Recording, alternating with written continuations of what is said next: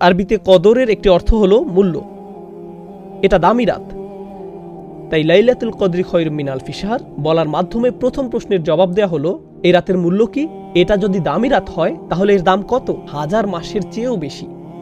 প্রসঙ্গত খয়রুম মিন তিনি বলেননি কত গুণ বেশি, এটা কি 1000 মাসের চেয়ে 1000 গুণ বেশি উত্তম। তিনি এখানে সংখ্যা নির্ধারণ করে দেননি, বলেছেন এটা 1000 মাসের চেয়েও উত্তম, অর্থাৎ 1000 মাস শুধু আপনার গণনায়, এর সীমা আরও বেশি।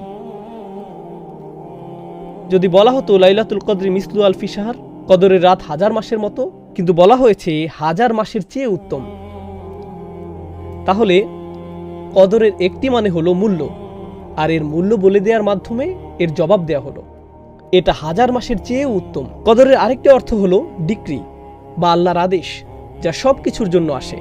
তাই পরবর্তী আয়াতে কদরের অন্য এই অর্থটি নিয়ে কথা বলা হয়েছে, তানাজ্জালুল মালাইকাতু ওয়ার রূহ ফিহা বিইজনি রাব্বিহিম মিন কুল্লি আমরিন। সে রাতে ফেরেশতা ও রূহ তাদের রবের অনুমতি ক্রমে, বাইবেলে যাকে হোলি স্পিরিট বলা হয়েছে, কুরআন তাকে অভিহিত করে রূহ নামে, মানে জিব্রাইল আলাইহিস সালাম। তাহলে ফেরেশতারা অবতরণ করেন, সাথে স্পেশাল গেস্ট জিব্রাইল আলাইহিস সালাম, ওহী নাজিলের আসল স্টার। সকল ফেরেশতাদের মধ্যে যিনি শুরুতে কুরআন নিয়ে এসেছিলেন, সেই মহান ফেরেশতা নিজেই আবার কুরআন বার্ষিকী উদযাপন উপলক্ষে পৃথিবীতে অবতরণ করেন। একবার চিন্তা করে দেখুন আমরা কি নিয়ে কথা বলছি।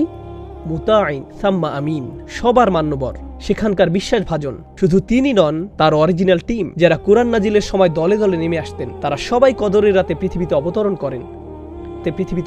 করেন।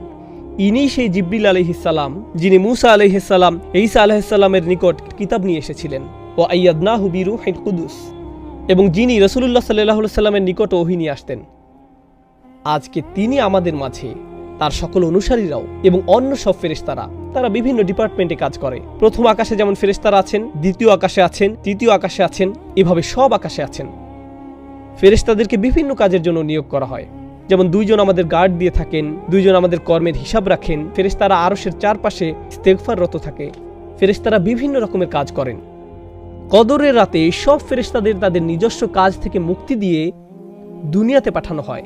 এমনকি জিব্রাইল আলাইহিস সালাম অবতরণ করেন ইনদা সিদরাতিল মুনতাহা, সিদরাতিল মুনতাহার নিকট থেকে, যেখানে তার মাকাম, যেখানে তিনি আমিন, তিনি সেখান থেকে এই রাতের জন্য অবতরণ করেন। তো তিনি বলছেন সবাই অবতরণ করেন বিইজনি রাব্বিহিম, তাদের প্রভুর অনুমতি ক্রমে। এই ব্যাপারটা বোঝা গুরুত্বপূর্ণ। ফেরেশতাদের নিজস্ব দায়িত্ব রয়েছে, আল্লাহ তাদেরকে তাদের কাজ থেকে মুক্তি দিয়ে এই রাতের জন্য প্রেরণ করেন। এই জন্য বিইজনি রাব্বিহিম এখানে গুরুত্বপূর্ণ। তিনি বলেন মিন কুল্লি আমর, আল্লাহর আদেশে তারা আসেন সকল বিষয় নিয়ে, সকল সিদ্ধান্ত নিয়ে।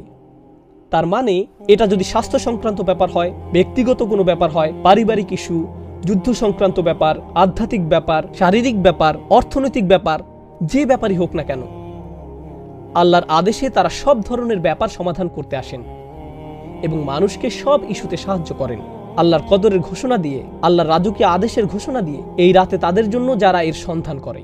তাহলে ফেরেশতারা আমাদের চারপাশে ভেসে বেড়ান, আমাদের সকল স্থান প্লাবিত করে ফেলেন। তারা আমাদেরকে তাই দিতে প্রস্তুত যা আল্লাহ আমাদের জন্য লিখে রেখেছেন। এটাই হলো তানাজ্জালুল মালাইকাতু ওয়ার রূহ ফিহা বিইজনি রাব্বিহিম মিন কুল্লি আমরিন।